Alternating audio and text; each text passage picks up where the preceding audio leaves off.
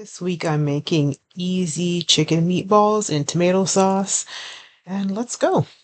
So I'm just sauteing some onions and garlic and a little bit of grapeseed oil just on medium-high heat.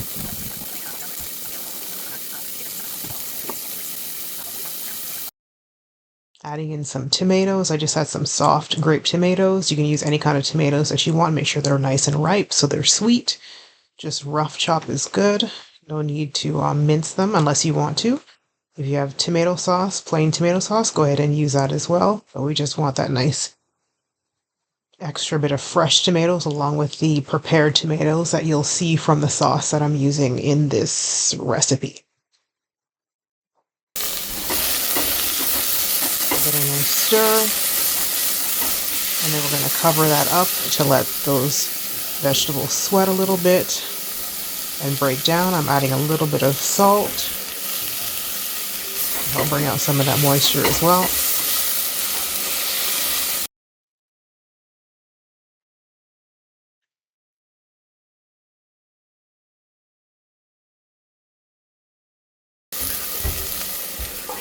Cover that up.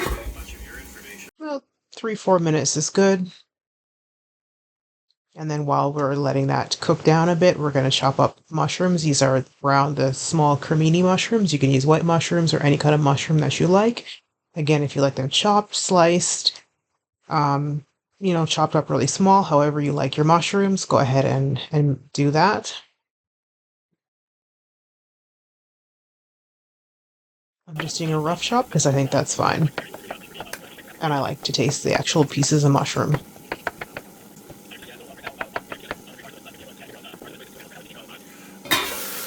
So we're going to uncover that and give that a nice stir. And turn down the heat a little bit. It was a little high. That's okay. So I had half of a jar of prepared tomato sauce. If you have the homemade stuff, better, but that's what I had. But before, let's add those mushrooms, stir, make sure everything's coated and all the flavors are melding with each other.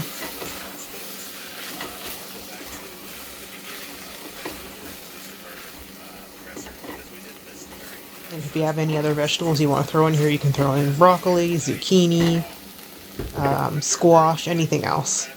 I like to always have my kettle nice and hot so I can add a little bit of water if my mixture seems a little dry without slowing down the cooking process. Cover that up. It's been a few minutes. Stir, stir, stir. So go ahead and add in the tomato sauce. I wanted a little bit more, so I just put in some more water.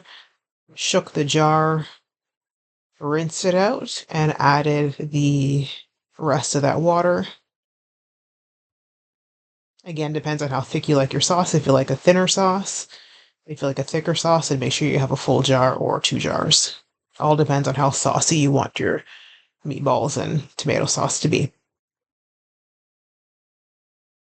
So we're going to cover that up and let that come to a nice simmer for a few minutes.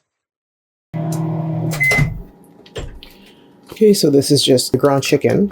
Filler had some leftover quinoa, so I just put that in as the filler instead of breadcrumbs. You could use gluten-free breadcrumbs or regular breadcrumbs, but I had quinoa, and I was like, why not add some more protein in there, some turmeric, all-purpose seasoning, and for a little heat, a little squeeze of sriracha. I'm literally going to free-hand it and just put them in the sauce and let it simmer. I do my meatballs when I do meatballs, even though these aren't traditional meatballs, obviously. But when I do my version of meatballs, I've been doing this for probably about a little over 10 years. I stopped browning, probably like 15 years. I stopped pre-browning my meatballs on the stove or in the oven, and I just drop them in make sure my sauce is seasoned well. And then I drop my raw meatballs in there and let it simmer until done. And to me, the sauce tastes better, the meatballs taste better, texture is better. Everything is just better when it's done like this. But do what you want. That's your business. And so today, I'm free-balling it, literally. Free-balling it.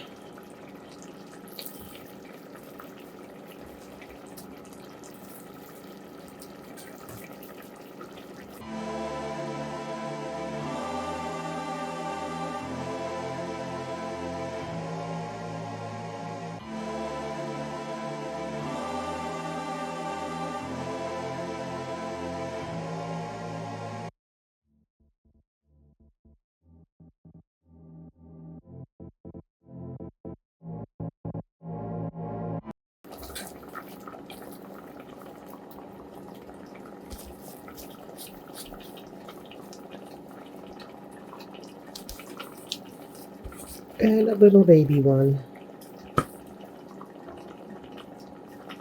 That's it. So that's what it looks like. And I'm going to cover it. And when it starts to firm up a bit, I'm going to toss it around a bit. Firm up.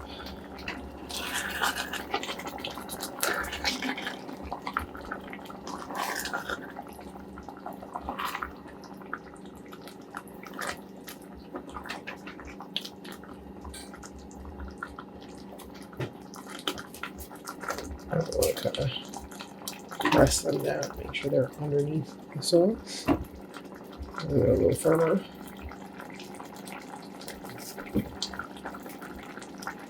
And so that's what it looks like. I'm going to turn it down a little bit, and then we'll leave that for about 25 minutes on a low simmer. Okay. So our meatballs are done. Looks delicious, simmered.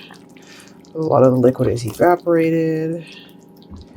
And yeah, so this is done. You can eat it by itself. You can make a sandwich with it. You can put it over pasta.